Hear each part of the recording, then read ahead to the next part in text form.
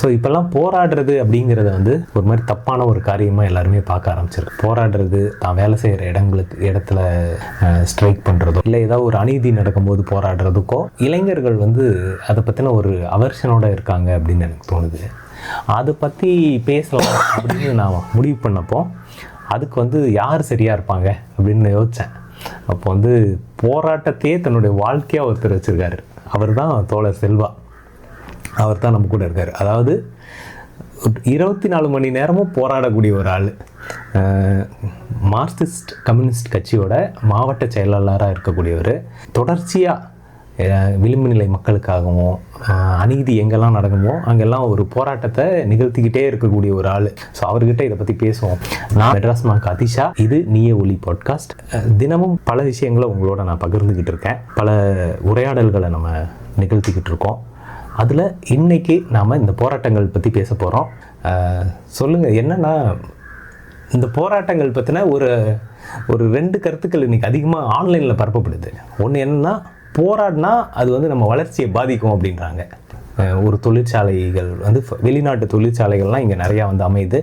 அப்போ இங்கே நிறையா போராடிட்டே இருந்தீங்கன்னா யாருமே வந்து முதலீடு பண்ண மாட்டாங்க. அப்போ புதுசாக நம்ம தொழிற்சாலைகள் அமையாது, வேலைவாய்ப்பு குறைஞ்சிரும். அதனால நம்மலாம் போராடக்கூடாது. நிர்வாகம் என்ன சொல்லுதோ அதை கேட்டுட்டு அவங்க கூட ஓரளவுக்கு பேச்சுவார்த்தை அளவுக்கு நடத்தலாம். ஸ்ட்ரைக்கெலாம் பண்ணாதீங்க, ஏன்னா இப்படி தான் கேரளா அழிஞ்சிருச்சு, மேற்கு வங்காளம் அழிஞ்சிருச்சு அப்படின்னு ஒரு கருத்து வந்து தொடர்ச்சியாக பரப்பப்படுது. இது வந்து சரியானதா? ஃபஸ்ட்டு நான் நினைக்கிறேன்னா, இப்போது போராடுறதுனா நம்ம ஏதோ வந்து இதுக்கு தான் கரெக்டாக வயிற்றுலேருந்து பெற்று எடுத்து போட்டு போராட சொல்கிறதுக்காக நம்ம வந்து போராட்டம் நடத்தலை. ஆக்சுவலாக எதுக்கு போராடுறோம், ஏன் போராட வேண்டிய சூழ்நிலை ஒன்றும் யோசிச்சு பாருங்களேன். நீங்கள் ரோட்டில் இப்போலாம் கன்ஸ்ட்ரக்ஷன் ஒர்க் நடந்திருக்கு, கட்டுமானங்கள் நடந்துகிட்டே இருக்குது. கட்டுமானம் நம்மளாம் சின்ன பையனாக இருக்கும்போது பார்த்துருப்போம். ஒரு பாண்டில் வந்து அந்த கான்கிரீட் போடுறாங்கன்னு வச்சுங்களேன். அன்றைக்கி வந்து என்னென்னா ஒரு மிஷின் இது பண்ணி பாண்டில் இது வச்சு மேலே ஏற்றி ஒவ்வொருத்தராக போடுவாங்க. மேல் தரத்துக்கு போயிட்டு ஃபர்ஸ்ட் ஃப்ளோர் போடுவாங்க. இப்போ என்ன பண்ணுறாங்க, மிஷின் வந்து அப்படியே கலவை மிஷின். இப்போ நீங்கள் வந்து ரெடி மிக்ஸே இருக்குது, மிக்ஸ் பண்ணி கொடுத்துரும். அது வந்து கீழே போடும், அப்படி லிஃப்ட் மேலே போய்டும், அப்படி தூக்கி போய்டும். ஸோ ஒரு 10 வருஷத்தில் பார்த்தீங்கன்னா ஒரு மாடர்ன் இன்ஸ்ட்ருமெண்ட் வந்துச்சு கன்ஸ்ட்ரக்ஷன் இண்டஸ்ட்ரியில். இப்போ என்னோட சிம்பிள் கொஸ்டின் என்னன்னா, இப்போ ஒரு இண்டஸ்ட்ரியில் ஒரு மாடர்ன் இன்ஸ்ட்ருமெண்ட் வந்து ஒரு கான்கிரீட் போடக்கூடிய வந்துடுச்சுன்னா, இப்போது கட்டுமான தொழிலாளியோடைய நிலைமை என்ன இருக்கணும்? அவர் உடல் உழைப்பு போன வாட்டி 12 மணி நேரம் அவர் பெண்ணோ அவனும் வேலை செஞ்சிருந்தாங்கன்னா இப்போ 7 மணி நேரம் வேலை செய்யணும். ரெண்டாவது ஃபிசிக்கல் ஃபிட்னஸ் நல்லா இருக்கணும். மாடர்ன் டெக்னாலஜி வந்தோன்னா அவங்களுக்கு வந்து என்னென்னா அந்த டெக்னாலஜியை பயன்படுத்தி அவங்க நல்லா சாப்பிட்டு வாழ்க்கையை அனுபவிக்கணும். எல்லாத்தையும் சுற்றி பார்க்கணும், ஊர் சுற்றி பார்க்கணும், நல்லா சாப்பிடணும். நம்முடைய நவீன தொழில்நுட்ப வளர்ச்சி மூலிமா கிடைச்சிருக்கிறத அனுபவிக்கக்கூடிய இடத்துக்கு வரணும். ஆனால் யோசிச்சு பார்த்தா இந்த கான்கிரீட் மிக்சர் நவீன இயந்திரம் வருவதற்கு முன்பாக எவ்வளோ பெரிய அளவுக்கு வந்து சுரண்டலையும் உழைப்பு சுரண்டலையும் ஒரு கட்டுமான தொழிலாளி ஈடுபட்டிருந்தாங்களோ அதை விட அதிகமாக மாறி இருக்கிறாங்க. இப்போ என்னோட கேள்வி, ஒரு மாடர்ன் டெக்னாலஜி வர வர வர நம்மெல்லாம் இப்போ உங்கள் ஆயாவோ எங்கள் தாத்தாவோ உழைச்சி ஒன்று இந்த மாடர்ன் டெக்னாலஜி வரல, இந்த இதில் இது ஆண்டாண்டு காலமாக மனிதர் கூட்டு உழைப்பின் மூலயமாக தான் இந்த சமூகம் முன்னேறுது. இப்போ உதாரணத்துக்கு இங்கிலாந்து தான் கண்டுபிடிச்சாங்க ஸ்டீம் இன்ஜின், அதை ஒட்டி தான் தொழில் புரட்சி உருவாகுது, மாடர்ன் டெக்னாலஜி வருது. அதனால இப்போது ஒரு மாடர்ன் டெக்னாலஜி வர வர மனிதர்கள் வந்து அவர்களுடைய மகிழ்ச்சியும் வாழ்க்கையை வந்து அனுபவிக்கிறதும் வந்து நல்லாகணும். ஆனால் இப்போ கேள்வி என்ன, அது வந்து பதட்டம் மகிழ்ச்சி. இப்போது எப்படா வேலை போவோம், அப்புறம் இப்போ தான் வந்து சக்கரை வியாதி அதிகமாகிடுச்சு. நான் சின்ன பிள்ளைங்க போது பணக்கார வீட்டு வியாதி, ஐரூட் அம்மாவுக்கு தான் சுகர் வரும்னு சொல்லிட்டு எங்கள் அம்மா சொல்லிட்டு கேட்டுருக்கேன் நான். இப்போ பார்த்தீங்கன்னா சுகர் இல்லாத ஆள் யாரான்னு கேட்குற இடத்துக்கு வந்துட்டேன். இப்போது பிபி இல்லாத ஆள் யாருன்னா ஆயிடுச்சு, எல்லாரும் ப்ரெஷரில் இருக்கிறாங்க, மூட்டு வலி இருக்குது, இப்படி உடல் உபாதைகள் இருக்கிறாங்க.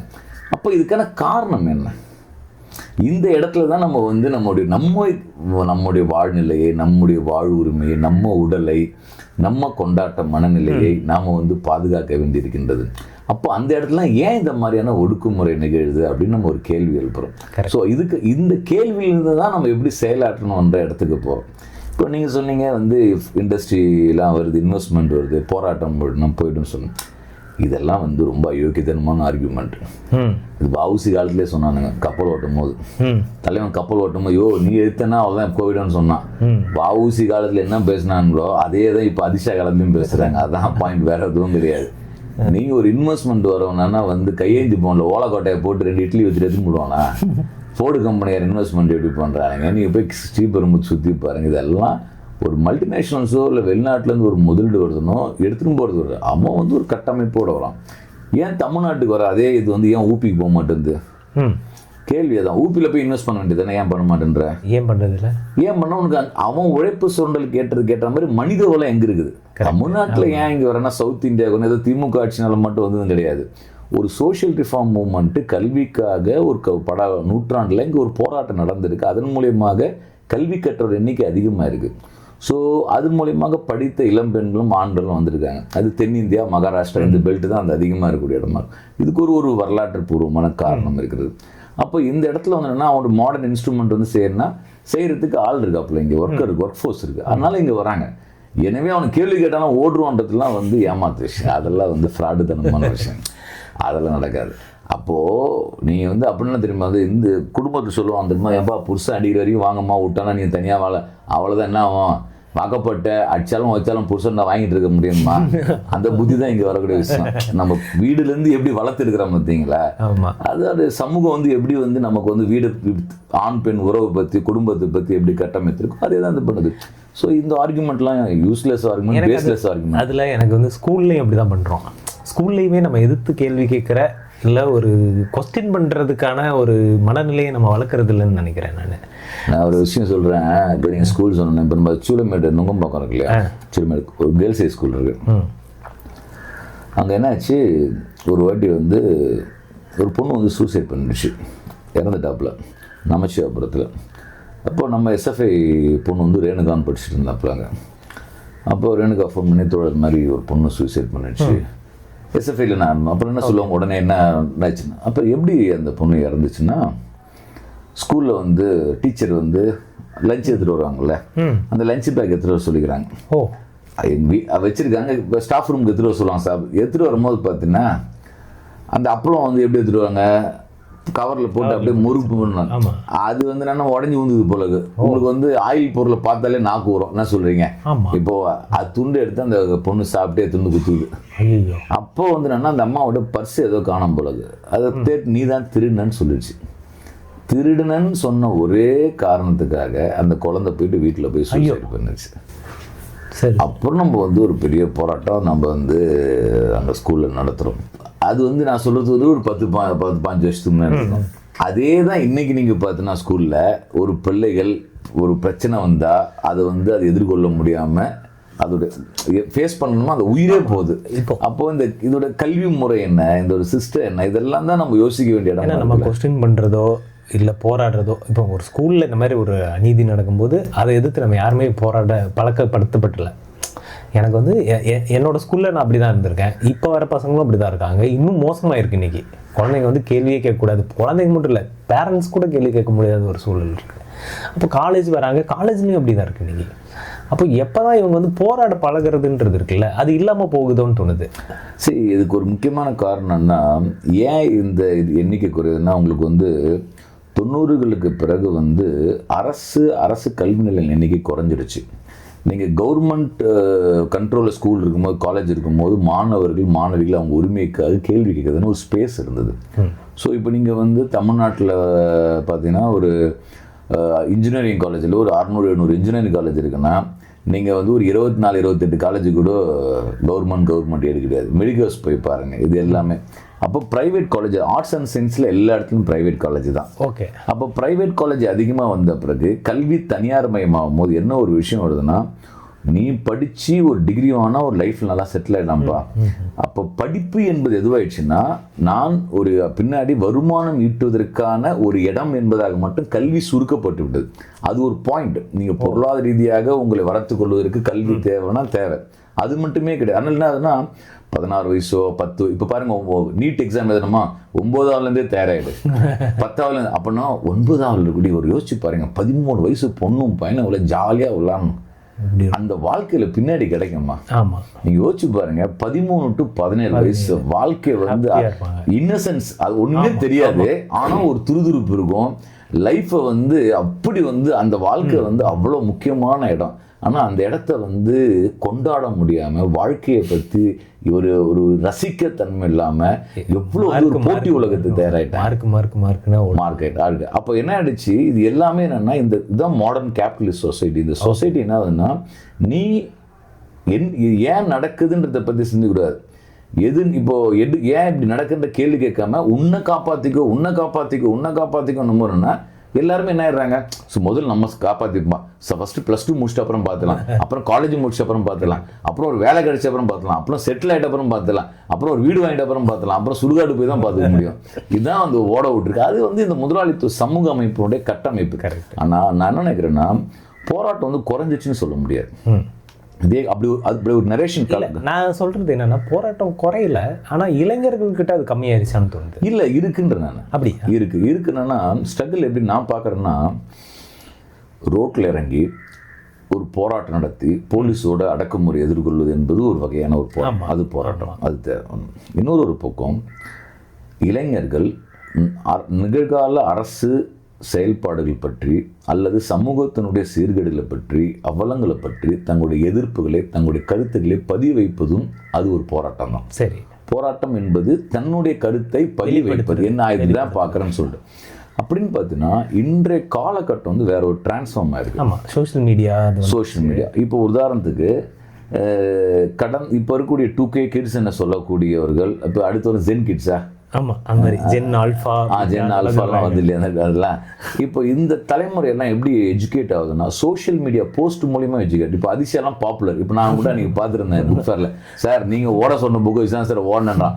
ஓடுறதுக்கு அதிசயா புக்கை வச்சு தான் ஓடுறன்றது என்னன்னா, அவங்களுக்கு என்னன்னா வேற ஏற்பாடு கிடையாது. இப்படி ஒருத்தர் வந்து பிளாக் எழுதியிருக்காரு, நம்ம அன்னைக்கு புக் ஃபேரில் பேசணும், நம்ம பிளாக் நான் படிச்சுட்டு வந்தேன்னு சொல்லிட்டு வந்தது. இப்போ எனக்கு இதெல்லாம் பார்க்கும்போது ஆச்சரியமா இருக்கும். என்னடா நாமளும் பிளாக் எழுதுனது பார்த்து அதிலிருந்து வருது. என்னுடைய பல நண்பர்கள் நான் பார்க்குறேன், அவங்க பிளாக்ல எழுதுறது, ஃபேஸ்புக்கு எழுதுறது, அந்த பதிவு வச்சு தான் வர்றாங்க. அப்போ இதுதான் அவங்களுடைய ஸ்பேஸாக இருக்குது. அப்போ அந்த ஸ்பேஸ்க்குள்ள அவங்க எதிர்வினையார் தான் எந்த கற்றுக்கிறதுக்கான இடம் கிடைச்சதோ அதுலேருந்து எதிர்வினையார். ஒரு சாதி ஒடுக்குமுறைன்னு வச்சிங்களேன், உடனே வரும் எப்படான்னு கேள்வி கேட்பாங்க. ஆனால் அவங்க மனதளவுலையோ சமூகத்திலேயோ அப்படிதான் இருப்பாங்க. ஆமாம், அவங்களுக்கு என்ன தெரியுது, சாதிய ஒடுக்குமுறை நடந்த போது கண்டிக்கணும்னு தெரிஞ்சிச்சு. ஆனால் சோஷியல் மீடியாவுக்கு வெளியே அவனும் எப்படி இருக்கான்னு பார்த்தீங்கன்னா, இந்த சமூகத்தினுடைய இந்த ஃபியூடல் சொசைட்டியோட எல்லா வேல்யூஸோட தான் இருக்கிறாங்க. அந்த இடம் வேற மாதிரி இருக்கு. ஆனால் குறைஞ்சபட்சம் எதிர்ப்பு தெரிவிக்கிறான் இல்லையா. எனக்கு அங்கே தான் ஒரு மாற்று கருத்து இருக்குது. என்னென்னா, ஒரு போராட்டத்தை நேரடியாக களத்தில் போய் பண்ணுறதுக்கும் சோஷியல் மீடியாவில் பல நேரங்களில் தங்களுடைய அடையாளத்தெல்லாம் மறைச்சிட்டு வெளிப்படுத்துறதுக்கும் பெரிய வேறுபாடு இருக்குல்ல. என்னென்னா, சோஷியல் மீடியாவில் இன்றைக்கி நான் வந்து ஒரு அசம்பாவிதமாக ஒரு சம்பவம் நடக்குது, உடனே சோஷியல் மீடியாவில் 4 வரி எழுதிட்டேன்னா எனக்கு ஒரு திருப்தி வந்துடுது, ஓகே நான் குரல் கொடுத்துட்டேன் அப்படின்னு. ஆனால் அது உரிய நீதியை பெற்று தந்துருமான்னு எனக்கு தெரியல. ஏன்னா பெரும்பாலான சோஷியல் மீடியா எதிர்ப்புணர்வு அப்படிங்கிறதுக்கு களத்தில் பெரிய இது கிடைக்காது, உங்களுக்கு ரிசல்ட்ஸ் கிடைக்காது. அப்போ களத்தில் வந்து உண்மையாகவே ஒருத்தர் வந்து போராடணும் அப்படிங்கிறத இது மட்டுப்படுத்துதோ அப்படின்னு எனக்கு தோணுது. இல்லை, நம்ம வந்து என்னென்னா, நீங்கள் சொல்லுவது யதார்த்தம் தான். பட் வந்து ஒரு நெகட்டிவாவோ எதிர்நிலையிலேருந்து நம்ம அணுக வேண்டியதில்லைன்னு நான் பார்க்குறேன். புரியுது. என்ன ப்ராசஸ் நடக்குது மைண்டில். இப்போ உதாரணத்துக்கு இப்போ நான் ஒரு ரைட் வேர்டுக்கு பார்த்தீங்கன்னா வலதுசாரி கருத்தியல். நீங்கள் வந்து திருப்பரங்குன்றம் இஷ்யூ வச்சு பிஜேபி அவ்வளோ முயற்சி பண்ணாங்க. கார்பரேட் மீடியாலாம் அவ்வளோ முக்கியத்துவம் கொடுத்தாங்க. தமிழ்நாட்டில் எச் ராஜாவுக்கு அவ்வளோ முக்கியத்துவம் கொடுத்தாங்க. ஒரு 4000 பேர் சேர்ந்தது 4 லட்சம் பேர் சீனை போட்டு காமிச்சாங்க. ஐயோ இவ்வளோ கூட்டம் இருந்ததுன்னாங்க. எப்படி அந்த கூட்டம் சேர்ந்தது தெரியல. ஒரு போட்டோ போட்டுறாங்க, காட்டும் போது அது 4000, நீங்கள் சொன்னது 40,000 மாதிரி ஃபீல். 4000 நான் சொல்லுறேன் எல்லாம் என்னன்னு தெரியும். இப்போ என்ன பிரச்சனைனா, இப்படி ஒரு இது கார்பரேட் மீடியா பண்ணுச்சு இல்லை. ஆனால் அது வந்து சோஷியல் மீடியாவில் தமிழ்நாட்டில் எத்தனை நாள் இருந்தது? அவ்வளோதான், ஒரு நாள் தட்டு போயிடுச்சு இல்லையா. அப்போ நான் எப்படி பார்க்குறேன், ஒரு வலதுசாரி கருத்தியல் இந்த சமூக வலைத்தளத்திற்குரிய இளம் பெண்களும் ஆண்களும் வந்து நிராகரிக்கிறாங்க பார்த்தீங்களா, அது ஒரு முக்கியமான இடம். கரெக்ட். ஒரு நீங்கள் வந்து இப்போ ஃபிக்ஷன், நீங்களாம் நான் எழுத்தாளர், நீங்கள் நாவலில் வந்து வலதுசாரி இன்னும் என்ட்ரி ஆக முடியல, ஜெயிக்க முடியல. எவன் ஆசான் கீசான் வச்சிருந்தா கூட ஆசானையே அடக்கி வச்சிருவாங்க இல்லை நம்ம பசங்க, அப்படிதான் எழுதி வச்சிருக்காங்க.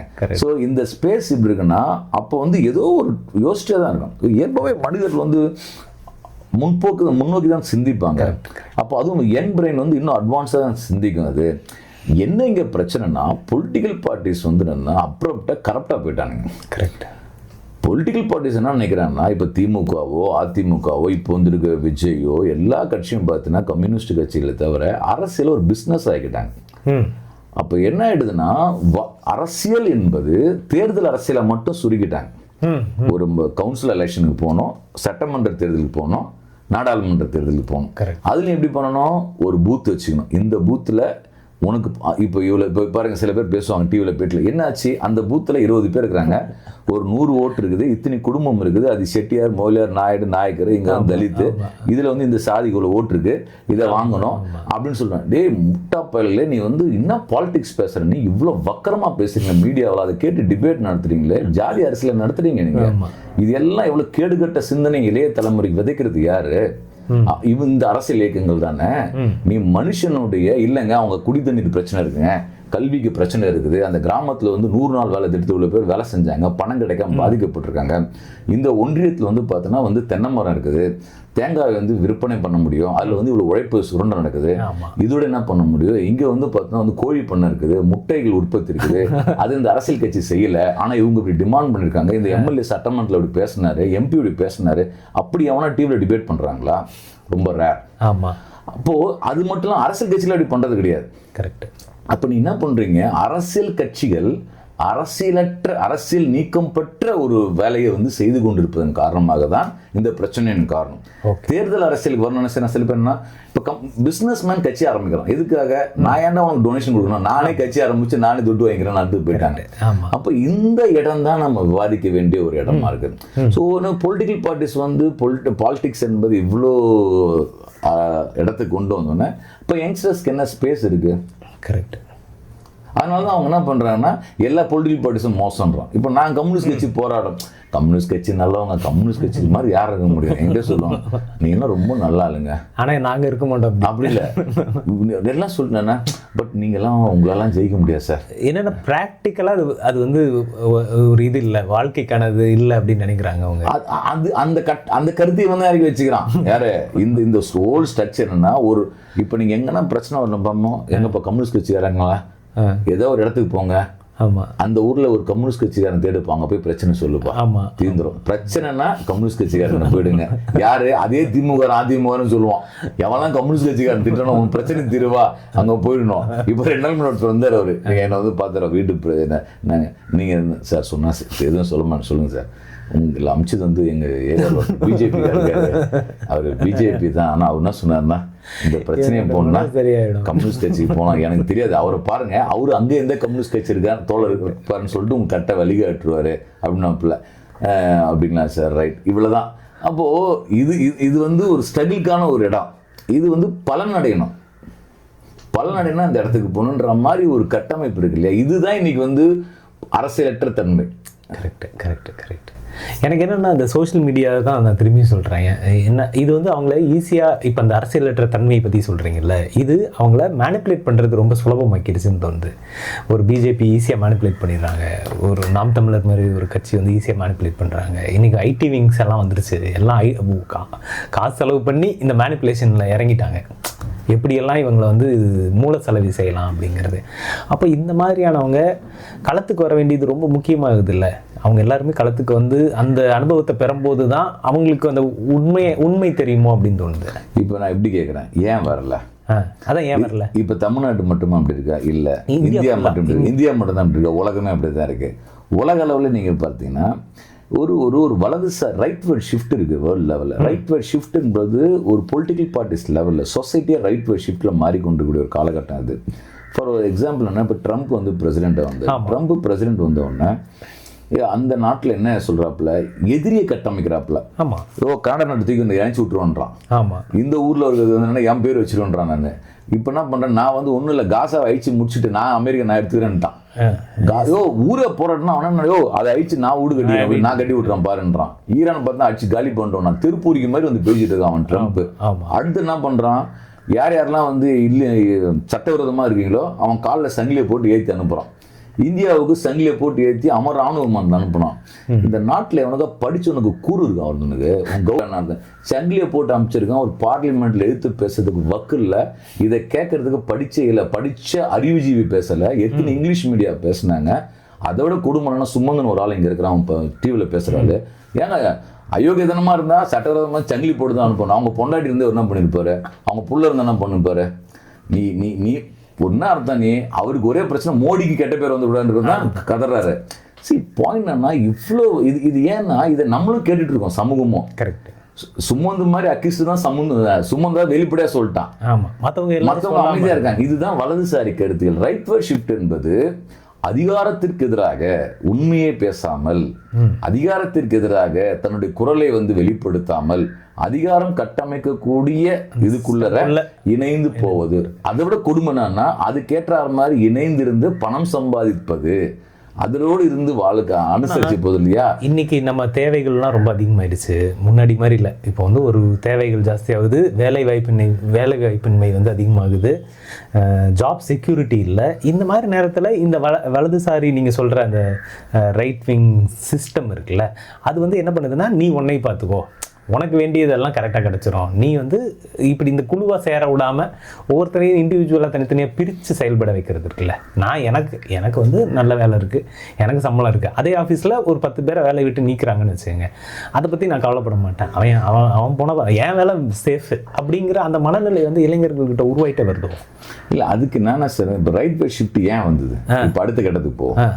இப்படி வந்துச்சு இல்லையா, ட்ரம்ப் ஏன் ஜெயிக்க முடியுது, மோடி ஏன் ஜெயிக்க முடியுது, இப்படி வலதுசாரி ஆட்கள் ஏன் உலகம் முழுக்க வர முடியுது, இதுக்கான காரணம் என்ன? அப்போ உலகம் நம்ம வந்து இந்த மாடர்ன் கேபிட்டல் வேர்ல்டு வந்து பார்த்தீங்கன்னா ஒரு கேபிட்டலிஸ்ட் வேர்ல்டுனா என்னன்னா, ஒரு காலத்தில் வந்து நம்ம வந்து நவீன இயந்திரங்கள் இல்லாமல் ஒரு உற்பத்தி முறை இருந்தது, நம்ம இருந்தது. இப்போ வந்து மாடர்ன் இன்ஸ்ட்ருமெண்ட் மூலயமாக உலகம் இறங்கிட்டு இருக்கு. ஸோ அது கேபிட்டலிஸ்ட் வேர்ல்டுன்னு. அப்போ இந்த முதலாளித்துவ உலகம் வந்து என்னன்னா, நீங்கள் 80கள் 90களுக்கு பிறகு என்ன பார்த்தீங்கன்னா, முதலாளித்துவ உலகத்துக்கு ஒரு எதிராக ஒரு கருத்தியல் இருந்தது. ஒரு சோசியலிசம், ஒரு சோவியத் யூனியன் ஒரு நாடு இருந்தது, ஒரு கம்யூனிஸ்ட் இருந்தது, சோசியலிசம் இருந்தது. சோவியத் யூனியன் கொலாப்ஸ் 90களுக்கு பிறகு முடிஞ்சு போச்சு. அப்போ என்னன்னா, ஒன்லி வந்து கேபிட்டலிஸ்ட் வேர்ல்டு வருது. அப்போ இவங்க என்ன செய்யறேன்னா, அடுத்து வந்து ஆட்கள் வந்து இப்போ வந்து இதை பற்றி கேள்வி கேட்க என்ன பண்ணுறேன்னா, இவன் சுரண்டல் பண்ணும், அதுக்கேற்ற மாதிரி என்ன உருவாக்குறான். இப்போ தான் இந்த பிகாம் கோர்ஸ் +2 முடிச்சு எல்லாரும் பாருங்க, எந்த கோர்ஸ் பண்ணால் இந்த ஆர்ட்ஸ் குரூப்லாம் பிகாம்னுவாங்க. ஆமாம், நம்ம கிட்ட ஒரு அட்மிஷன் பார்த்தா எனக்கு பிகாம் மட்டும் பிகாம் வேணும். 80கள் 85கள் பார்த்தா பிகாம் ஒரே கோர்ஸ் இருந்து. இப்போ பிகாம் பிரிச்சு கொத்து போடாமல் BCom, BBA, BCA, BA corporative, BSc, சிஎஸ்சி என்னென்னவோ அதில் ஒரு 10 கோர்ஸ் வச்சுக்கிறான். அப்புறம் வந்து hospital management, front office management, woman studies, இது எல்லாம் வந்து பார்த்தீங்கன்னா வணிகம். அதுக்கப்புறம் என்னன்னா, இது சார்ந்த ஒரு படிப்பு. இதெல்லாம் எங்கே உருவாக்கு, அந்த போஸ்ட் மாடர்னிசம் தேரி எங்கே உருவானது, அமெரிக்க பல்கலைக்கழகம் உருவாக்கக்கூடிய படிப்பு. அது என்ன செய்யுது, எல்லாருமே அவங்கவுங்க ஐடென்டிட்டியை பாருன்னு சொல்லுகிறது. ஐடென்டிட்டி பார்க்கணும், அதில் இருக்கிற ஒடுக்குமுறையை பேசணும். ஆனால் அந்த ஒடுக்குமுறைனா நீங்கள் நானும் சேர்ந்து வான்னு சொல்றது பதிலாக பிரதேசங்களாக, மொழி ரீதியாக, பாலின ரீதியாக, சாதி ரீதியாக எல்லாத்தையும் பிரித்து கூறு போட்டுச்சு. இது எவ்வளவு நாள் நடந்தது? கடந்த 40 வருஷமா இந்த உலகத்தில் வலுவாக நடந்திருக்கு. அந்த கருத்தியல் கட்டமைப்புல தான் இந்த உலகம் நிற்குது. இப்போ அப்போ என்ன செய்யறான், மக்கள் இப்போ பாருங்க, வன்னியர் மேட்ரிமோனி நீ பாருங்க டிவியில் ஒரு கல்வி டைரக்டர் சொல்றாரு, வன்னியர் சொந்தங்களே வாங்க, வன்னியர்லாம் வன்னியர் நீ படிச்சவையான வழக்கறிஞர் பாலு அவர் தான் இந்த மேட்ரிமோனி நடத்துறாரு. சட்டத்தின் முன் அனைவரும் சமன்றாரு. ஆனால் அவர் என்ன பண்ணுறாரு, கல்யாணத்துக்கு வந்து என்னன்னா, இந்த ஜாதிக்காரன் நம்ம ஜாதிக்காரங்க நம்ம இல்லை.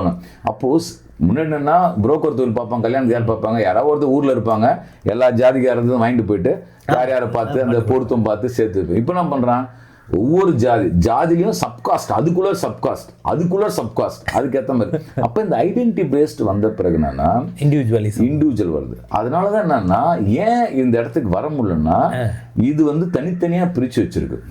இப்போ உதாரணத்துக்கு நீங்க பாருங்க, இந்த பட்ஜெட்ல நிர்மலா சீதாராமன் சொன்ன பட்ஜெட் மிடில் கிளாஸ்க்கு வந்து எவ்வளவு ரூபாய்னா வருமானம் 12 லட்சம். உடனே எல்லாம் மிடில் கிளாஸ். ஓகே, ஏன் மிடில் கிளாஸ் சொன்னாங்க நிர்மலா சீதாராமன்? அதுக்கு முன்னாடி நாள் எக்கனாமிக் சர்வே வருது, அதுல எழுதி வச்சிருக்கேன்னா அர்பன் நுகர்வை அதிகப்படுத்தணும். கார்பரேட்ஸ் எல்லாம் அப்பதான் வாழ முடியும். எங்க நுகர்வு, கிராமப்புற நுகர்வு இல்ல. இந்தியாவில் கிராமப்புறல ஒரு டெய்லியும் மாட்டுக்கறி சாப்பிடுங்க, ஆட்டுக்கறி சாப்பிடுங்க, காய்கறி சாப்பிடு, பழம் சாப்பிட்ற மாதிரி அங்க பணம் இல்லை.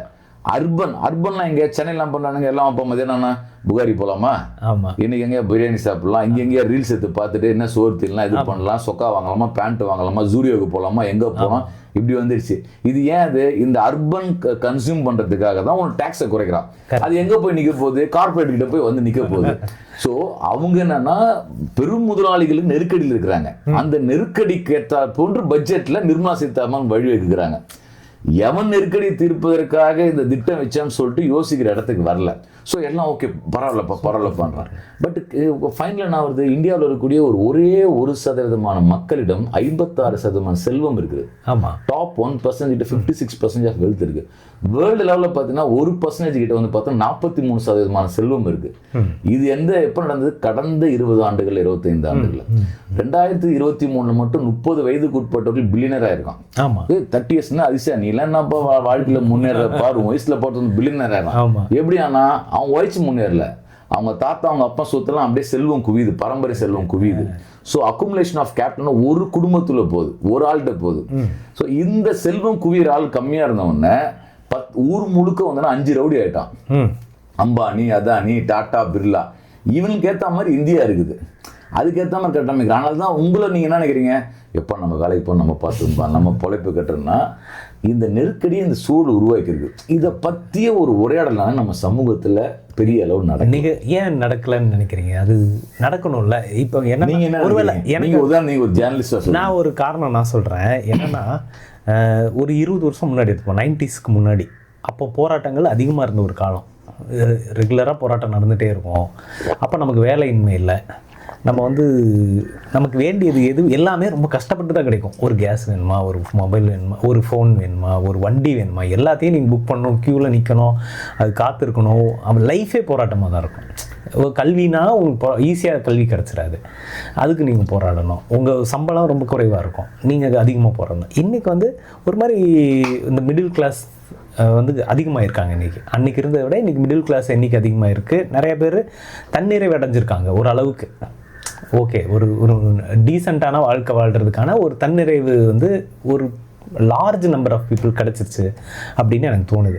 அது இந்த போராட்ட குணத்தை நம்மக்கிட்ட இருந்து பறிச்சிச்சோ, இதை பற்றின உரையாடலுக்குள்ளேயே அவங்க போக விரும்புறதில்லை. என் குடும்பம், எனக்கு குடும்பத்துக்கு தேவையான இது இருக்குது. நான் தான் இப்போ இந்த 2வது தலைமுறை, முதல் தலைமுறையாக நான் தான் இப்போ பட்டதாரியாக இருக்கேன். முதல் தலைமுறையாக நான் இப்போ தான் ஒரு ஐடி வேலைக்கு போகிறேன். எனக்கு ஒரு 50,000 1 லட்சம் சம்பளம் வர ஆரம்பிக்குது. நான் இனிமேல் தான் சொந்த வீடு கட்டணும், சொந்தமாக கார் வாங்கணும், என் குடும்பத்தை அடுத்த தலைமுறைக்கு தயார்படுத்தணும் அப்படின்னு அவங்களுக்கு இது ஒரு காரணமாக இருக்கும்னு நினைக்கிறீங்களா? எனக்கு அப்போ அதுதான் ஒரு காரணமாக இருக்குமோ அப்படின்னு தோணுது. ஏன்னா இந்த உலகமயமாக்கலுக்கு அப்புறம் எல்லாருக்கும் எல்லாமே ஒரு அளவுக்கு கிடைக்க, அது குறிப்பாக தமிழ்நாட்டில் எல்லாருக்கும் இன்றைக்கி கல்வி ஈஸியாக கிடைக்குது. எல்லாருக்கும் வேலை ஓரளவுக்கு சுலபமாக கிடைக்க ஆரம்பிச்சிருக்கு. அவங்களுக்கு வேண்டிய வசதிகள் ஓரளவுக்கு கிடைக்க ஆரம்பிக்குது. இப்போ மற்ற மாநிலங்களோட கம்பேர் பண்ணால் நமக்கு போக்குவரத்து வசதியெல்லாம் ரொம்ப ஹை லெவல் போக்குவரத்து வசதி வச்சுருக்கோம். மின்சாரம் நமக்கு ஹை லெவலில் கிடைக்கிது. இன்ஜினியரிங் காலேஜில் எல்லோரும் படிக்கிறாங்க, ஹையர் ஸ்டடீஸ் போகிறாங்க, வெளிநாட்டு வேலைகளுக்கான வாய்ப்புகள் இருக்குது. இப்படி நமக்கு ஓரளவுக்கு நம்ம சௌகரியமாக வாழ ஆரம்பிக்கும் போது நமக்கு இந்த போராட்டங்களை பற்றின கான்சியஸ்னஸ் குறைஞ்சிருச்சிரோ அப்படின்னு தோணுது எனக்கு. சரி, நீங்கள் சொல்கிறதுல ஒரு பகுதி அந்த தளத்துலேருந்து தான் பேசணும். முதல்ல நீங்கள் சொன்னீங்க 80s இருக்கும்போது வேலையின்மை பிரச்சனை அவ்வளோவா இல்லைங்க. அது இப்போ உதாரணம் பார்த்தீங்கன்னா அப்பயும் வேலையின்மை பிரச்சனை இருந்துச்சு. இப்போ ஒரு கமலஹாசன் ஒரு கீழே அப்போ அந்த டைம்ல ஒரு வேலையின்மை, அது ஒரு காலகட்டம். எல்லா காலகட்டமும் வேலைனாலே கவர்மெண்ட் வேலை தான். இல்லை, எல்லாரும் இண்டஸ்ட்ரியிலே பிரைவேட் கம்பெனியில் போய் வேலை செஞ்சா கூட ஒரு வேலை இல்லாமல். நீங்கள் புது பித்தன் கதை படிங்க, செல்லம்மா கவர்மெண்ட் வேலைக்கா, அவர் துணி கிடைக்கிற மடியில் இருக்கிறது தானே இருக்கு.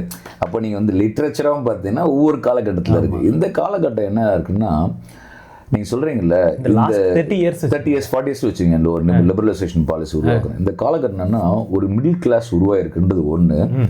ரெண்டாவது என்னன்னா, இவங்க இந்த மிடில் கிளாஸ் நினைக்கிறாங்கன்னா இந்த லிபரலைசேஷன் பாலிசி நமக்கான ஒரு வாய்ப்பு உருவாக்கி கொடுக்குறதா அந்த நியூ மிடில் கிளாஸ் கருது. இப்போ நீங்கள் சொன்னி தெரியுமா, முன்னாடி பைக்னா கிடைக்காது, இப்போ பார்த்தீங்கன்னா எந்த புல்லட் என்னமோ வாங்கிக்கலாம், நீங்கள் எந்த இஎம்ஐல எல்லாமே வாங்கிக்கலாம்னு சொல்கிறது இருக்குது.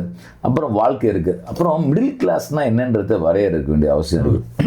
உதாரணத்துக்கு கவர்மெண்ட்டில் கணவன் மனைவி 2 பேரும் ஒரு 1 லட்ச ரூபா சம்பாதிச்சு 2 லட்சம் வாங்கினாலும் மிடில் கிளாஸ். இல்லை ஒரு ப்ரைவேட் கம்பெனியில் வேலை செஞ்சு ஒரு 1 லட்ச ரூபா வாங்கினாலும் மிடில் கிளாஸ். 60,000 இருக்கணும் மிடில் கிளாஸ். வீட்டில் என்னன்னா யார் இப்போ எல்லா வீட்லையும் ஏசி வந்துச்சு. பெரும்பாலும் நகரத்தில் போய் பார்த்தீங்கன்னா ஏசி இருக்கு. முன்னாடி தண்ணி வந்து என்ன பண்ணுவோம், வெளியே வந்து பப்ளிக் டேபிள் அங்கே வந்து 10 காசு தண்ணி விற்றதுக்கே போராட்டம் நடந்த ஊர். ஓகேவா? லீலாவதி தோழர் வந்து ஏன் கொலை பண்ணாங்க முதல்ல, தண்ணி வந்து இருக்கிறாங்கன்றதுக்காக தான் லீலாவதி தோழர் வந்து போராடினாங்க, வெட்டி கொண்டாங்க. இப்போ என்ன நினைக்கிறாங்க, நகரத்தில் பாட்டில் தண்ணி இல்லை கேன் வருது, வண்டியில் தண்ணி வண்டி வருது, அம்மா வாங்கம்மா கேன் வாங்கம்மா, தண்ணி வருமா 5 ரூபாமா கேனு வாங்கிக்கின்றான். நானும் நான் பண்ண அதே 10 ரூபா தண்ணி கொடுத்ததுக்கு போராடினாலே பிஸ்லரி வாட்டர் பாட்டில் 5 ரூபான்றான். இந்த எல்லா இடத்தும் தண்ணியும் உறிஞ்சி அரசாங்கம் பொது குழாய் மூலியமாக தண்ணீர் கொடுக்க வேண்டியது என்ற கேட்கறதுக்கு பதிலாக, அல்லது பப்ளிக் வாட்டர் வந்து நல்லா இருக்காங்க போயிட்டு 15 ரூபா கொடுத்து நீங்க ரோட்ல போயிட்டு அந்த அந்த தண்ணி வண்டி இருக்கிற, அது வியாபாரம், தண்ணி வியாபாரம் நடக்குது, அதை வாங்கி வச்சுட்டு இருக்கிறோம். ஒரு வீட்டுல போனே இருக்காது. அப்போ இப்போ அது ஒரு வீட்டில் ஒரு ஃபோன் இல்லை, எல்லாருக்கும் ஒரு ஃபோன் மட்டும் இல்லை, கிராமத்துக்கே ஒரு ஃபோன் இருக்கும். ஆமாம். இப்போ ஒரு ஃபோனில் 2 சிம் இருக்கு, 4 சிம் வச்சுக்கிறாலும் வச்சுக்கிறாங்க, அந்த இதில் வச்சுக்கிறாங்க, இப்படி ஒரு இது இருக்கு. அப்போ இதெல்லாம் வளர்ச்சின்றாங்க. இது வளர்ச்சியா பார்த்தினா மேலோட்டமாக வளர்ச்சி தான், மெட்ரோ ட்ரெயினில். ஆனால் இந்த வளர்ச்சி யாருக்கான வளர்ச்சி? இந்த வளர்ச்சியின் மூலிமா என்ன பலன் கிடைச்சிருக்கு? இப்போ நான் என்ன யோசிக்கிறேன்னு சொன்னால், இவ்வளோ வளர்ச்சி இருந்ததுன்னா மனிதர்கள் வந்து சந்தோஷமாக இருக்கணும்ல. ஆமாம். நான் ரோட்டில் வரும்போது, ட்ரெயினில் வரும்போது பார்த்துட்டே வருவேன், எந்த மூஞ்சாவது ஃப்ரெஷ்ஷாக சிரிச்சுட்டே போதா, ஆணோ பெண்ணோ வயதானோ எல்லாம் அப்படியே போயிட்டே இருக்கிறான், ஜோம்பி மாதிரி. ஆமாம், அப்படியே சின்ன பொண்ணு பெரிய பொண்ணு திடீர்னு பார்த்தோன்னா சரி இளம் காதல் சந்தோஷமாக இருக்கிறான்னு பார்த்தா சிரிச்சு பேசிட்டாங்கன்னா கணவனா திட்டிக்கிறாங்க எல்லாருமே. எந்த 2 பேரும் அப்படியே கை பிடிச்சிட்டே திடீர்னு எரிஞ்சு ஆரம்பிச்சிடறானுங்க. சரி அங்கே தான் போகுது. வீட்டுக்கு போனால் கொஞ்ச நேரத்தில் பார்த்தோன்னா எல்லாரும் இந்த உடம்புலேருந்து இந்த உதிரும் தெரியுமா, அந்த அது மாதிரி கோபம் உதிருது எல்லாருக்குமே. டப்பு நான் கணவன் மனைவி சண்டைக்கிறாங்க, அப்புறம் திருப்பி ஓகே அப்படின்னா. அப்போ எந்த டென்ஷன் ஏன் வருது, ஏன் லைஃப் ஏன் வருதுன்னா, வாழ்க்கை வந்து என்னென்னா ஒரு நம்பிக்கைக்கூடியதாக இல்லை. எல்லாரும் வாங்குறாங்க, எல்லாருக்கும் சிபில் ஸ்கோர் பார்க்க ஆரம்பிச்சிட்டாங்க. இப்போ கிரிக்கெட் ஸ்கோர் பார்க்கறது என்னென்னா சிபில் ஸ்கோர், மொபைல் வாங்குறியா, எந்த பேங்க்ல எவ்வளவு கடன் வச்சிருக்க, ஒழுங்கா பண்ணிருக்கியா, ஒரு இன்ஸ்டால்மெண்ட். நேற்று ஒரு கல்யாணமே சிபில் ஸ்கோரால நின்றுச்சான். ஐயோ, ஒரு மாப்பிள்ளை வந்து சிபில் ஸ்கோர் கம்மியா இருக்குன்னு பொண்ணு வீட்டுல இருந்து கல்யாணத்தை நிறுத்திட்டாங்க. அது நியூஸ்ல வருது பார்த்தீங்களா? இந்த மாதிரி நடக்குது இன்னைக்கு. அதான் இப்போ நீங்க சிபில் ஸ்கோர் யாரா கடன் இல்லாத ஆள் இருக்காங்களா, எல்லாருமே இன்ஸ்டால்மெண்ட், எல்லாமே. ஏன் இந்த இன்ஸ்டால்மெண்ட்ல ஓடுது பார்த்தீங்கன்னா, நீங்க விருப்பப்பட்டதுனால உங்க வீட்டுல ஏசி வரல சாமி, நீ விருப்பப்பட்டதுனால மெட்ரோ இங்க வரல, நீங்க ஆசைப்பட்டதன் காரணம் உங்க வீட்டுல வந்து என்ன தீபாவளிக்கு வாங்கின ஃப்ரிட்ஜை வந்து அடுத்த பொங்கலுக்கு வந்து மாத்திட்டு புது ஃப்ரிட்ஜ் வரல. என்னன்னா மொபைல் ஃபோன் உடனுக்கு ஒன்று. இப்போ அடுத்த ஐஃபோன் இண்டுல ஃப்ரண்ட் பேஜ் விளம்பரம், செகண்ட் பேஜ் விளம்பரம், தேர்ட் பேஜ் விளம்பரம். எதுக்கு? ஐஃபோனுக்கு. அந்த ஃபோனை அப்போ எவ்வளோ மார்க்கெட்டிங் இருக்குது. சாம்சங் வருதா உடனே விளம்பரம், உடனே மொபைல் விளம்பரம், உடனே எல்லாரும் வாங்குறாங்க. நீ வந்து 500 ரூபாய் கட்டுறீங்க இன்ஸ்டால்மெண்ட், 200 rupees இன்ஸ்டால்மெண்ட். விளம்பரமே பேப்பரே வந்து அவ்வளோ ரேட்டு தான் இருக்கும். ஆனால் அவ்வளோ காசு கொடுத்தாலே நீங்கள் கொடுக்குறேன்றான். என்னன்னா முதலாளித்துவம் என்ன பண்ண, உற்பத்தி செஞ்சு வச்சுக்கிறான், குவிச்சு வச்சுக்கிறான். குவிச்சு வந்து அவன் வச்சிருந்தா அவனுக்கு வியாபாரம் இருக்குமா? எனவே என்ன சொல்றான், எப்ப எல்லாம் 1 ரூபா கொடுறான்றான், எல்லாம் ஃபோன் வாங்கிக்கோ, அவ்வளோதான். அப்புறம் என்னன்னா திருப்பி நெருக்கடி வருது. இதுக்கு அடுத்து வந்து சாஃப்ட்வேர் அப்டேட் பண்ணுன்றாங்க. அப்புறம் அந்த சாஃப்ட்வேர் பண்ணி போறாங்க. அதனால தான் பார்த்தீங்கன்னா முதலாளிகள் எண்ணிக்கை அதிகமாக இருக்குது. செல்வம் அவங்ககிட்ட தான் போய் குவியுது, உங்ககிட்ட இல்லை. ஒரே ஒரு விஷயம் சொல்கிறேன் பாருங்க. இப்போ ஒரு தாமஸ் பிக்கெட்டி, ஒரு மிக முக்கியமான பொருளாதார நிபுணர், வேர்ல்ட் லெவலில் இருக்கக்கூடிய, அவர் ஒரு கம்யூனிஸ்ட் கிடையாது, ஒரு அகடமிஷியன். அவர் ஒரு ஆர்குமெண்ட் சொல்ல போட்டில் ஒரு 2 மாதம் முன்னாடி அதை கட்டுரையில், இந்தியாவுடைய செல்வம் வளத்தில் நீங்கள் யாருக்கு டேக்ஸ் போடலாம் அப்படின்னு சொல்லிட்டு அவர் ஒரு சஜஷன் கொடுக்குறாரு. என்ன சொல்ல, சிம்பிளாக 10,000 கோடி ரூபாய் யார் யாருக்கெல்லாம் மாதம் வருமானம் வருதோ, எவ்வளோ 10,000 கோடி ரூபாய் மாதம் வருமானம் இருக்கவங்களுக்கு 2% வெல்த் டேக்ஸ் போடுங்கிறார். எவ்வளோ? 2% வெல்த் டேக்ஸ், செல்வ வரி என்ற அடிப்படையில் 10,000 கோடி ரூபாய்க்கு யாருக்கு சம்பளம் வரும் அவன் 2% டேக்ஸ் போடுங்க. அதே போன்று 10,000 கோடி ரூபாய்க்கு மேலே சொத்து, அதை வந்து அவங்களுடைய வாரிசுக்கு எழுதி வைக்கிறான்னு வச்சுங்களேன். இப்போ வந்து என்கிட்ட ஒரு 10,000 கோடி ரூபா சொத்து இருக்கு, நான் வந்து என்னுடைய மகளுக்கு எழுதி வைக்கிறேன்னு வச்சுங்களேன். எழுதி வைக்கும் போது அந்த எழுதும் போது 33% அதுக்கு நான் வரி கட்டணும் கவர்மெண்ட்டுக்கு அப்படின்னு ஒரு புள்ளிவரம் கொடுத்தீங்கன்னா, இந்தியாவுடைய பட்ஜெட் வருது இல்லையா, 5 லட்சம் கோடி ரூபாய் பட்ஜெட்னா அது போன்று 4 மடங்கு வருவாய் இந்திய அரசாங்கத்துக்கு கிடைக்கின்றார். சரி, ஓகே, ஃபைன். அப்போ ஒரு அரசாங்க பட்ஜெட்ல 4 மடங்கு பணம் கிடைக்கும். யார் சொல்றா? Thomas Piketty. சரி, இதனால எவ்வளவு மக்கள் இந்த வரி கொடுக்கறதுல யாரெல்லாம் பாதிப்பான்னு பார்த்தா அவர் கணக்கு போட்டு சொல்றாரு, இப்படி நீங்க வரி வாங்கினீங்கன்னா இந்தியாவில் இருக்கக்கூடிய 99.96% மக்கள் பாதிப்புக்குள்ளாக மாட்டார்கள். அப்பனா யாருக்கிட்ட இருந்து வரி வாங்க போறீங்க? இந்தியாவில் 0.04. அவ்வளவுதான். இந்தியாவில் இருக்கக்கூடிய 140 கோடி மக்கள் தொகையில 0.04 மக்களிடம் மட்டும் நீங்க wealth tax and inheritance tax இந்த 2 வரியை நீங்க வாங்கினால் உங்களுடைய இந்திய அரசாங்கத்தினுடைய நிதி வருவாய்க்குள்ள பட்ஜெட்ல வருவாய் வருது போன்று 4 மடங்கு வருன்றார். இப்ப இங்கதான் நம்ம என்ன கேள்வி கேட்கிறோம், இந்த 40 வருஷத்துல எவன்டா வளர்ந்துக்கிறான்னா இந்த 0.04 பீப்புள் வளர்ந்துக்கிறாங்க. நம்ம நினைச்சுக்கிறோம், யோ மிடில் கிளாஸ் வளர்ந்துட்டோம், இதுவாயிட்டோம், நல்லா வளர்ந்துருன்ற. உண்மைதான், நல்லா தான் வளர்ந்துருக்கு. ஏன் உனக்கு சுகர் வந்தது? உனக்கு ஏன் பிபி வருது? உண்மை என்ன, மனித ஆரோக்கியமா இருக்கணும்ல, பாடியும் மென்டலும் ஃப்ரீயா இருக்கணும், ஃபிட்டா இருக்கணும். உடல் நலனும் மனநலனும் முக்கியம். இன்னைக்கு உடல் நலனும் பிரச்சனையாவது, மனநலமும் பிரச்சனையாவது. ஏன் மனநலம் சார்ந்த பிரச்சனை அதிகமாகுது? இந்த கால நெருக்கடி, உனக்கு இந்த சமூக இந்த நெருக்கடி தான் இந்த 0.04 கொடுக்குற நெருக்கடி. இது இந்த நெருக்கடி 0.04 தான்டா வருதுன்றது நம்ம யோசிக்கணும். நாம என்ன நினைச்சுக்கிறோம்னா, நம்ம ஒரு ஃபிளாட் வாங்கி நீங்க யோசிச்சு பாருங்க, ஒருத்தர் வாங்க கணவன் மகன் உருகி லவ் பண்றானுங்க. லவ் பண்றாங்க, சம்பளம் வருது 1 லட்ச ரூபாய், ஏதோ சாஃப்ட்வேர்ல வந்தோன்னு 2 லட்ச ரூபாய். உடனே என்ன பண்றாங்க, நமக்குன்னு ஒரு செட்டில் ஆகணும் லைஃப்ல, குழந்தை பெற்றுக்கணும், நல்ல படிப்பு கொடுக்கணும். நம்ம அப்படின்னா செய்யறோம், உடனே சென்னைக்கு மிக அருகாமையில் சிங்கப்பெருமாள் பக்கத்துல ஒரு ஃபிளாட் வாடகை வைக்கிறாங்க. எவ்வளோ? 1 கோடி ரூபா ஃபிளாட், மாசம் இன்ஸ்டால்மெண்ட். அவன் உடனே ஒரு லிஸ்ட் போடுவான், இந்த இன்ஸ்டால்மெண்ட்லாம் கட்டி அவங்க அப்பா அம்மாலாம் கூட்டு போய் பால் கழிச்சுட்டு போயிட்டு ஃபிளாட் வாங்குவாங்க. எத்தனை வருஷம் இருக்கும்? அவன் கட்ட வேண்டியிருக்கும் 20 வருஷம். இப்போ அந்த பொண்ணு பையனுக்கு 25-24 வயசு இருக்கும். எப்போ ஒரு 45 வயசு முடிஞ்சு போச்சா? அப்புறம் வீட்டில் பெரிய டிவி வாங்கணும், 40 இன்ச்சு சைஸில் பெரிய ஹால் டிவியெல்லாம் உட்காந்துட்டு நம்ம ஒரு படம் பார்க்கலாம். நம்ம தான் கஷ்டப்பட்டு மொபைலில் பார்த்துருந்தோமே. அதே மாதிரி அந்த ஆடியோ செட்டுக்குள்ள நல்லா சவுண்ட் சிஸ்டம் எல்லாம் ரெடி பண்ணி சோஃபா போட்டு எப்படி உட்காரணும், எந்த ஜன்னலோட உட்காந்து காஃபி குடிக்கலாம், எப்படி செடி வச்சுக்கலாம், எல்லாம் இன்டீரியர்லாம் பண்ணிடுறானுங்க. 1 வாரம் காஃபி குடிச்சா பெரிய விஷயம் தான். அடுத்த நாள் பார்த்தீங்கன்னா இந்த பையன் வர நேரத்தில் அந்த பொண்ணுக்கு ஆஃபீஸ், அந்த பொண்ணுக்கு வர இந்த பையனுக்கு ஆஃபீஸு. 1008 டென்ஷனு. குழந்தை பெற்றுட்டா பாதுகாக்கிறது யாரை வச்சுக்கிறது? அதுக்கு நோய் வந்தா என்ன பண்றது? ஊசி போட என்ன பண்றது? இதுலயே பாத்தீங்கன்னா இவன் பின்னாடியே ஓடணும். இப்ப யார் நல்லாகிறா? அந்த 1 கோடி ரூபாய்க்கு ஃபிளாட்டை வித்தவன் யாரு? இந்த சிஸ்டத்தை உருவாக்கணும் பாரு, இந்த 0.04. ஆமா, நீங்க என்ன பண்றீங்க? அந்த 23-24 வயசுல லவ் பண்றியா?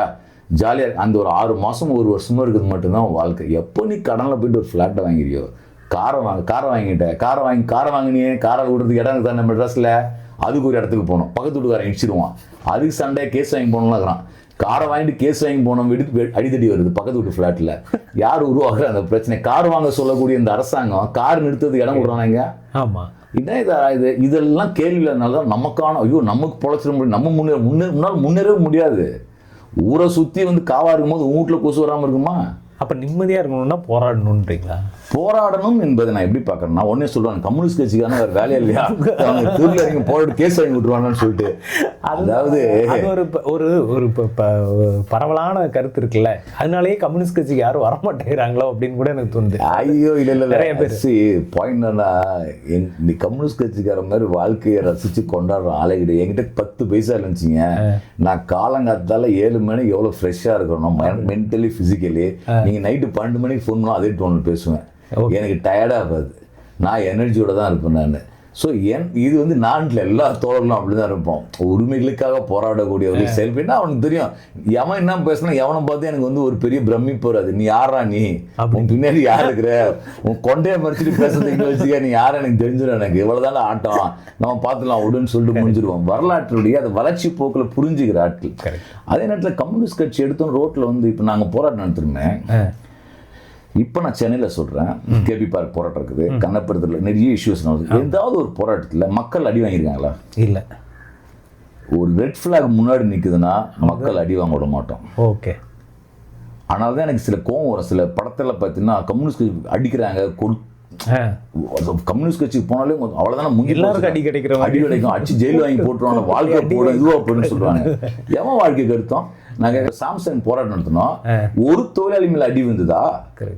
முன்னாடி நின்று யாரு லீடர்ஸ் முன்னாடி பேர் முத்துக்குமார தூக்கி ஸ்டேஷன்ல வச்சான். கரெக்ட். தோழரை தொழிலாளி தூக்கி விட்டோமா? பொறுப்புணர்வு மிக்கவர்கள் கம்யூனிஸ்டுகள். ஒரு போராட்டம் நடக்குன்னா இப்போ நான் ஒரு பதட்டம் இருக்கும், அடியும் வாங்கியிருக்கோம்.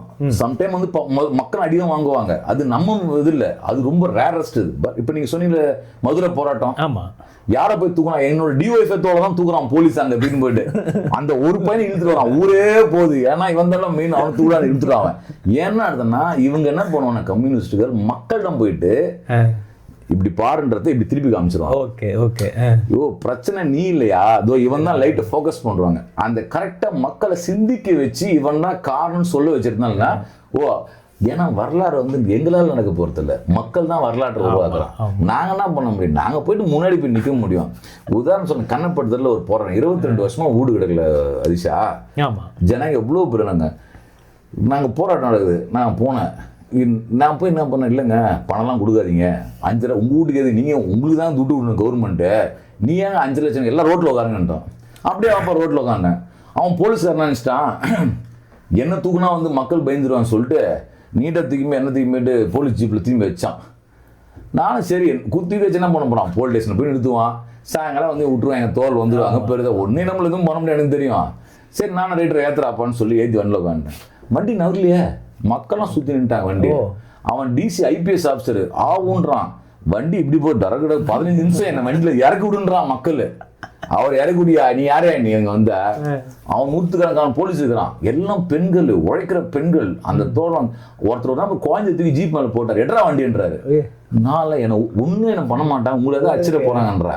நான் ஜீப்பில் வந்து நான் சொல்கிறேன் மக்கள்கிட்ட, விட்டுருங்க என்ன ஒன்றும் பண்ண முடியாது, எங்கள் தோல் வந்து என்ன இது பண்ணுறாங்க, ஒன்றும் ப்ராப்ளம் இல்லை, அது அரை மணி நேரம் 4 விட்டுருவான், ஒன்றும் ப்ராப்ளம். அதெல்லாம் கிடையாதுங்க, நீ கம்முன்னு இருப்பா நான் பார்த்துக்கிறேன்ட்டாங்க. ஐயோ மக்கள் சொல்கிறாங்க. அப்புறம் நான் என்னை இறக்கி விட்டானே, என்னை அரெஸ்ட் பண்ண முடியலையா? இந்த போராட்டத்துக்கு வந்து போனதுதான் நான், நடத்தினது மக்கள். சமல்ல, இது எல்லா காலகட்டத்திலும் அதுதான். மக்கள் தான் வரலாற்றை தீர்மானிக்கிறார்கள். போகக்கூடியவர்கள் மக்கள். நான் சொன்னதுன்னா நீங்க பணம் கட்டாதீங்க, ஏன்னா இது உலகம் திட்டம், உங்களுக்கு அந்த ஒரு வார்த்தை சொல்றது மட்டும்தான் நான் சொல்றேன், இந்த விஷயம் இதான்னு சொல்லிட்டு அதுக்கப்புறம் மற்றெல்லாம் ஜனங்களே பார்த்துப்பாங்க. ஸோ எந்த ஸ்ட்ரகிளையும் பார்த்தீங்கன்னா சுதந்திர போராட்டத்தில் என்னன்னா மக்கள் தான் தீர்மானிச்சு. எல்லா காலகட்டத்திலையும் உழைக்கும் மக்கள் முடிவெடுத்துன்னு வச்சிங்களேன், நீ எவ்வளோ போலீஸ் வந்தாலும் ஓட விட்டுருவாங்க. எனக்கு அங்கே ஒரு டவுட் வருது, என்னன்னா இப்போ கல்வி உரிமை சார்ந்து எத்தனை பிரச்சனை ஓடிட்டு இருக்கு, நீட்டு, யூஜிசி பிரச்சனை, இந்த மாதிரி எல்லாம் ஓடிக்கிட்டே இருக்கு. ஒருவேளை ஒரு இந்திய எதிர்ப்பு போராட்டம் மாதிரி மறுபடியும் ஒரு போராட்டம் இந்த மாதிரி கல்வி உரிமைக்காக இங்கே சாத்தியப்படும்னு நினைக்கிறீங்களா? ஏன்னா எனக்கு அன்னைக்கு இருந்த மனநிலை இருக்குல்ல, இந்திய எதிர்ப்பு போராட்டத்துக்காக தான் உயிரே கொடுத்துருக்கான் அவ்வளோ பேர். இன்னைக்கு இளைஞர்கள் வந்து இப்போ ஒரு நீட் எதிர்ப்புக்கோ இல்லை தன்னுடைய கல்வி உரிமைக்காகவோ வந்து நிற்பாங்கன்னு நினைக்கிறீங்களா? அதாவது திஷா, வரலாறு வந்து என்னன்னா நாம விருப்பப்படுற அடிப்படையில் திரும்பி திரும்பி நடக்காது. வரலாறு அதுக்கேற்ற மாதிரி அதுவே நடக்கும் இல்லை, அதுக்கேற்ற சூழலுக்கு ஏற்ற மாதிரி. நேற்று நீங்கள் சாம்பார் வச்சு சாம்பார் மாதிரி நீங்கள் வைக்க முடியாது, அதே டேஸ்ட் வருமா, அதில் ஒரு அதே மசாலா தான், ஆனால் அது வேற இடத்துக்கு போடும். நீங்கள் வச்சாலும் நீங்கள் வச்ச சாம்பார் உங்களால் திருப்பி வைக்க முடியாது, அது வேற இடத்துக்கு போகும். ஸோ சூழல்னா இந்திய எதிர்ப்பு மாதிரி இப்போ நடக்குமா கிடையாது, இது வேற இடத்துல நடந்துட்டு இருக்குது, சரி வேற மாதிரி நடக்கும். தன்மைகள் வந்து மாறும், காலமும் சூறும். இப்போ என்னன்னா நீங்கள் வந்து ஒரு அடுப்பில் பால் வச்சுட்டு வரீங்க, குக்கரில் சிம்லேருந்து கொஞ்சம் வச்சுட்டு இப்போ ஒரு ஃபோன் எடுத்து போய் பேசிட்டு வந்துடலாம் அப்படின்னு, அது பார்த்தா பால் கம்முன்னு உட்காந்துட்டு இருக்கிறோம்.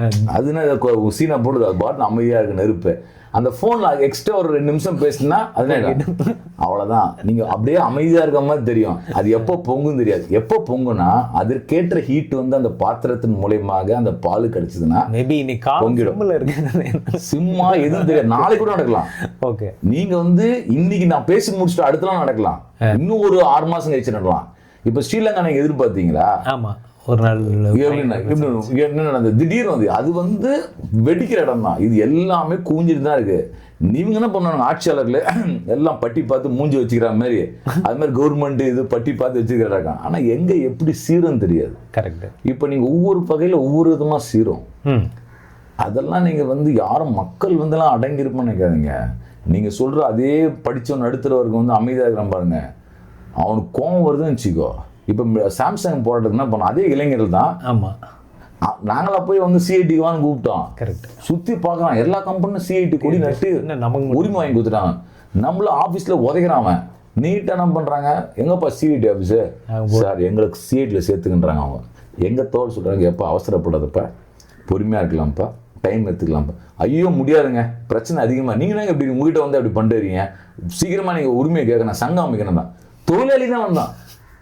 தொழிலாளி வந்த பிறகு அதுக்கப்புறம் தான் யூனியனும் போச்சு. Correct correct. ஆனால் தான் நீ இன்னும் ஆட்டம் ஆனாலும் சாம்சங், நீ இவ்வளோ பெரிய அப்பாட்டக்கராக இருந்தாலும் உலக எவ்வளோ முதலாளியாக இருந்தாலும் டிஆர்பி ராஜா இருக்கார் பற்றில 6 அடி வளர்ந்து அமைச்சிட வந்து அவரே ஒரு போலீஸ் சங்கத்து ரூபாய்க்கு ஒப்பந்தம் போட்டாலும் உன்னால் எதுவும் பண்ண முடியாது. ஒர்க்கர் நினைச்சிட்டாப்புலன்னா, தொழிலாளியும் மக்களை நினைச்சிட்டாங்கன்னா அதெல்லாம் ஏறி அடிச்சிடுவாங்க. அதுதான் வரலாறு, அது நடக்கும்.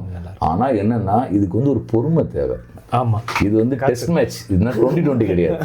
2020 விக்கெட் அடிச்சு போயிட்டு இருக்கு. டெஸ்ட் மேட்ச்ல விக்கெட் விடக்கூடாது, ரன் அடிக்கணும், விக்கெட்டும் விடக்கூடாது. அப்போ சமூக இயக்கங்கள், அமைப்புகள் நிதானமா ஆட தரணும். நம்ம ரீல்ஸ் பார்த்து தள்ளிட்டு போயிட்டோம் பார்த்தீங்களா, நாங்கள் இன்னைக்கு போராட்டம் நடக்கல, நாளைக்கு நடக்குமாங்க, கிடையாது. அது வரும். வயிற்றுல ஒரு தாயின் வயிற்றுல ஒரு கரு உருவாகி எப்போ அது வெளியே வருதோ அது மாதிரி தான் இது. ஸோ இது வந்து ஒரு வரும் அந்த டைம். நீங்க வந்து 9 மாசம் ஆச்சு குழந்தை வெளியே வர உள்ளே நின்றுருமா, அது இல்லை வாடான்னு வெளியே திரும்ப முடியுமா, அது டைம் வரும்போது வந்துடும். அந்த ப்ராசஸ் நடந்துட்டு தான் இருக்கு. இப்போ ஒரே விஷயம் நான் சொல்லுங்க, இப்போ நம்ம சமச்சீர் கல்வி வந்துன்னு சொல்றோம். சமச்சீர் கல்வி கலைஞர் கொண்டு வந்தார் சொல்லி திமுக சொல்லுது. கலைஞர் கையெழுத்து போட்டார், ஆனா கலைஞர் ஒன்றும் விருப்பி கையெழுத்து போடல. அந்த போராட்டம் மட்டும் ஒரு நிமிஷம் சொல்றேன். சமச்சீர் கல்விக்கான அஜெண்டா எப்போ செட் பண்றோம்னா, கும்பகோணத்துல ஒரு 93 குழந்தைகள் ஒரு தனியார் பள்ளியில் உயிரோடு இருக்கு. அப்போ நடக்கும் போது அங்கே எங்கள் எஸ்எஃப்ஐ தோல், அங்கே லோக்கல் தஞ்சாவூர் தோல் தான் போயிட்டு அந்த இதெல்லாம் கூட இருந்தாங்க. அப்போ நம்ம என்ன சொல்லணும்னா, ஏன்டா அந்த பிரச்சனை காரணம் சமச்சீர் கல்வி வேணும்னு சொல்றாங்க. சமச்சீர் கல்வி வந்து இந்தியாவினுடைய 1968 எஜுகேஷன் பாலிசியில் டாக்டர் கோத்தாரி வந்து சஜஷன் பண்ணுது. இந்தியாவுக்கான கல்வி என்னன்னா neighbourhood and common school system, சமச்சீர் கல்வி தேவைன்னாரு. அப்போ நாங்கள் என்ன கோரிக்கை வைக்கிறோன்னு சொன்னால், இதே டிபிஎல் எக்மோரில், டிபிஎல் எங்கே இருக்குது, எங்கள் சென்னை மாவட்ட எஸ்எஃப்ஐ தோலாம் சேர்ந்து இந்த எல்லாம் கும்பகோணம் ஓலக்கோட்டா தானே பிரச்சனை, அதானே எரிஞ்சு போச்சு அவன் எல்லாம் அப்படின்னு சொல்லும் போது, ஏய் ஓலக்கோட்டா மட்டும் பிரச்சனைடா, உன் சிஸ்டம் தான்டா பிரச்சனை, சமச்சீர் கல்வி கொண்டு வாங்க. மெட்ரிகுலேஷன் ஸ்கூல் எதுக்கு ஒரு போர்டு தேவை, இத்தனை போர்டு ஏன் தேவை, ஒரே போர்டு எல்லாருக்கும் ஒரே சிலபஸ்னா ஏன் அங்கே போகிறாங்க, எல்லாருக்கும் ஒரே கல்வி வந்துச்சுன்னா எதுவாயிடுமே. அப்போ அந்த இந்தியாவுடைய கல்விக் கொள்கை அமுல்படுத்துன்னு சொல்லி டிபிஐல போய் மனு கொடுக்க போனோம். ஓகே, டிபிஐல மனு கொடுக்க போன எங்களை வந்து போலீஸ்காரன் அடிக்கிறாப்புல, அடிச்சு நுங்கம்பாக்கம் லாக்அப் ஸ்டேஷன் வச்சு எங்களை அடிக்கிறாங்க. ஆண்களும் பெண்களும் உதவாங்கணும் போலீஸ் ஸ்டேஷன்ல லாக்அப்ல அடிச்சு, அப்புறம் எங்க பெண் தோலுக்கு ஹாஸ்பிட்டலுக்கு கூட்டும் போல எதுவும் பண்ண முடியல. அப்புறம் நாங்கள் வெளியே வந்து சொல்லுங்க, ஒரு கும்பகோணத்தில் இவ்வளோ செத்துருக்காங்க. நாங்கள் வந்து நான் தான் அப்பதான் பார்த்தா 25 மைக் வந்து நிற்குது. ஃபர்ஸ்ட் டைம் என்னடா எம்மா பெரிய மைக் இருக்குது. நான் சொல்றேன், இந்த மாதிரி அடி வாங்கிட்டு போலீஸ் ஸ்டேஷன்லேருந்து வெளியே வந்து சொல்றேன். நான் இப்போ சொன்ன உடனே நம்ம எஸ்எஃப்ஐ சொல்றது, அடுத்த நாள் தமிழ்நாடு முழுக்க போராட்டம் நடத்துன்னு சொன்னோம். தமிழ்நாடு முழுக்க போராட்டம், எஸ்எஃப்ஐ மட்டும் இல்லை, எஸ்எஃப்ஐ கொடுத்த காலுக்கு முன்னாடி மக்கள் போராட ஆரம்பிச்சாங்க. அப்புறம் நாங்கள் என்ன கோரிக்கை உருவாக்குறோம், சமச்சீர் கல்வி கோரிக்கைன்றது எமர்ஜ் ஆகுது. எப்போ கும்பகோணத்தினுடைய குழந்தையில அந்த கும்பகோணம் ஸ்கூல்ல 93 குழந்தைகள் இறந்த இதுவும் அந்த டைம்ல கரெக்டா அதுக்கு ஆல்டர்னேட்டிவ் சமச்சீர் கல்வி நம்ம சொன்னதும் கோரிக்கை உருவாக்குறோம். அப்போ கலைஞர் என்ன பண்ற, எலெக்ஷன் டைம்ல நாங்கள் வந்தா சமச்சீர் கல்வி கொண்டு வரும்னு அறிவிக்கிறார். அவர்கிட்ட தான் சொன்னார். அதற்கு பிறகு என்ன பண்றாங்கன்னா, ஒரு கமிஷன் போடுறாங்க, டாக்டர் முத்துக்குமரன் தலைமையில் ஒரு குழு போடுறாங்க. அந்த குழு பாடத்துல கூட்டம் போட்டு ஒரு அறிக்கை கொடுது. அந்த அறிக்கையில எஸ்.எஸ். ராஜகோபால் உட்பட இருக்கிறார். அதில் அவர் ஒரு டிசைன் நோட்லாம் கொடுத்த சில விஷயங்கள்லாம் இருக்கு. நாங்கள் அந்த அறிக்கையை வச்சுட்டு நாங்கள் என்ன பண்றோம்னா, சமச்சீர் கல்வி பற்றி விவாதம் நடக்கிறதுக்காக இந்திய மாணவர் சங்கத்தின் சார்பாக 25 புக்கு கல்வி ஆன் எஜுகேஷன் நாங்கள் பாரதிய புத்திரன் தமிழ் கொண்டு வரோம்.